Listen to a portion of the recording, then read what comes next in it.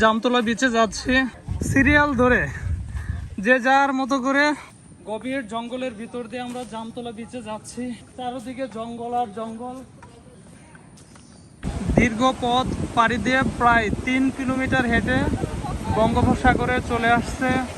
এখন সবাই ক্লান্তি দূর করবে গোসল করে। এত হাঁটাহাঁটির পরও নিজেদেরকে রিল্যাক্স, ক্লান্তি সব দূর হয়ে গেল।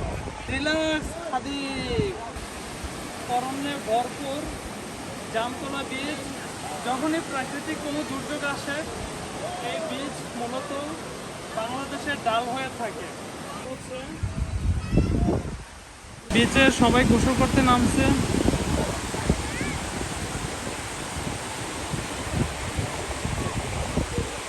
কেউ ছবি উঠাচ্ছে, কেউ রেস্ট নিচ্ছে, কেউ গাছের উপর উঠে ফটো সেশন করতেছে। গাছে মগ ডালে পর্যন্ত আমরা দেখতে পাই। সারাদিন অনেক ট্যুর কমপ্লিট করে চ্যানেল